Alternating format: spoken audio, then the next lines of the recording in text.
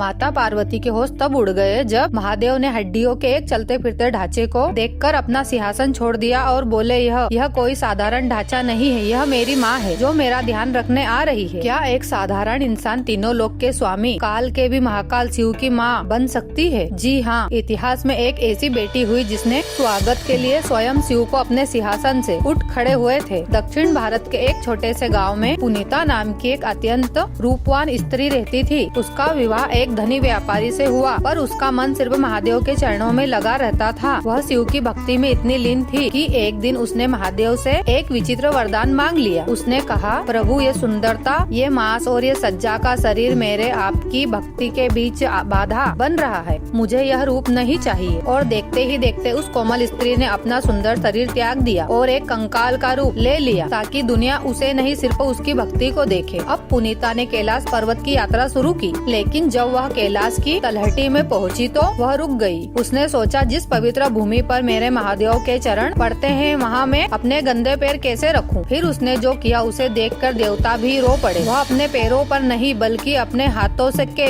बल और सिल के बल उल्टी होकर कैलाश चढ़ने लगी। नुकीले पत्थर उसके हाथों को चीर रहे थे, खून बह रहा था, हड्डियाँ चरमरा रही थी, लेकिन उसके मुख से सिर्फ शिव शिव का जाप निकल रहा था। उसका शरीर भले ही कंकाल था पर आत्मा प्रेम से भरी थी। कैलाश के शिखर पर माता पार्वती ने जब उसे देखा तो आश्चर्य से पूछा, स्वामी, यह हड्डियों का ढांचा इस तरह कष्ट सहकर ऊपर क्यों आ रहा है? तब महादेव की आंखों में आंसू आ गए। उन्होंने कहा, यह कोई साधारण ढांचा नहीं है, यह मेरी माँ है जो मेरा ध्यान रखने आ रही है। जैसे ही वह शिखर पर पहुँची, भगवान शिव ने उसे अम्मा यानी माँ कहकर पुकारा। एक भक्त के लिए इससे बड़ा मोक्ष और क्या होगा कि स्वयं भगवान उसे अपनी माँ का दर्जा दे। उस दिन से पुनीता को दुनिया कराए कल अम्मा के नाम से पूजने लगी। सच्ची भक्ति रूप नहीं देखती, सिर्फ भाव देखती है। अगर आपकी आंखों में भी महादेव के लिए प्रेम है तो कमेंट में हर हर महादेव जरूर लिखिए।